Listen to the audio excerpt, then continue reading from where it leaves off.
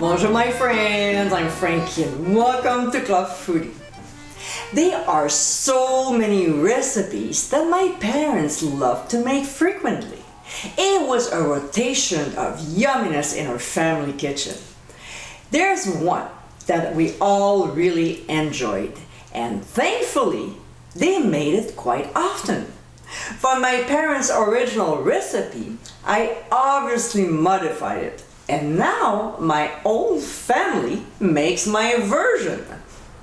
In today's episode, I'll show you how to make my old-fashioned baked beans with bacon.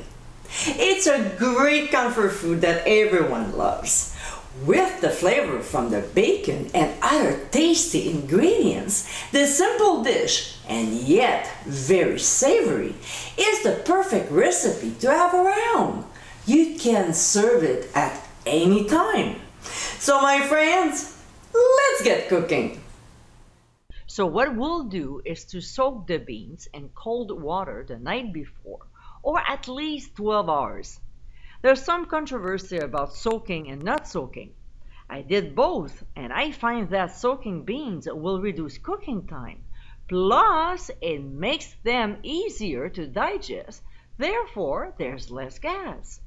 Alright, so the next morning, the beans will be swollen, just like these, and we'll simply drain them and transfer them into a large pot. We'll cover them with fresh cold water, add some sea salt, and bring to a boil. We'll reduce the heat to medium and cook for 40 minutes.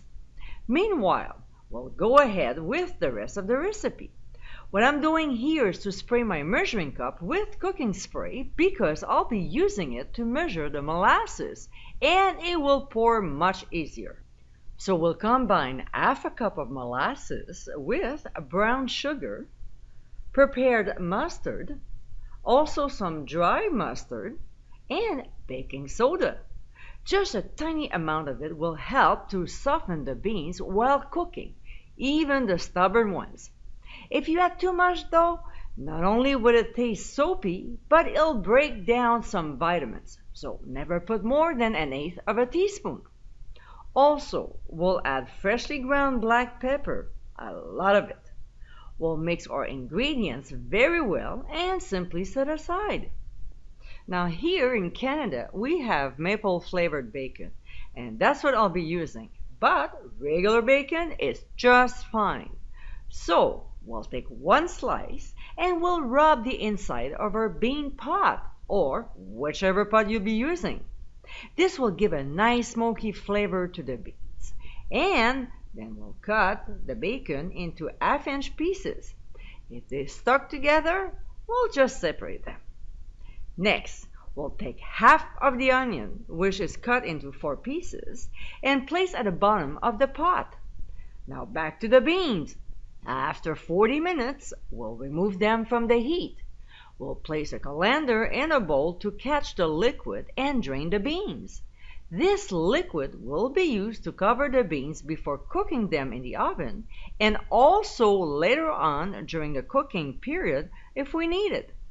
We'll transfer them in the pot we cooked them in, and we'll pour the sauce over the beans. We'll stir until the beans are very well coated.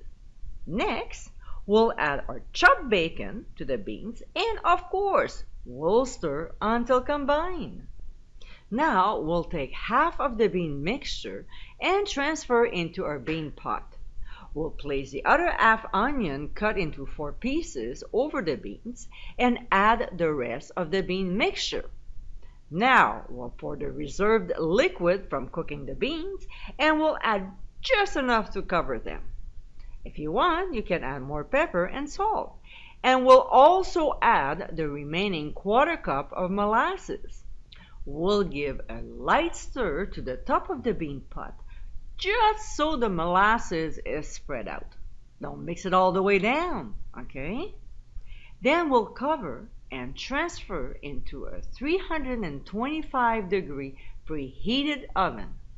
We'll bake slowly for about 6 hours or until the beans are tender, but we'll have to babysit them during that time. So an hour later, we'll check them to make sure there's enough liquid covering the beans. And mine were fine. If yours are not covered with liquid, add some.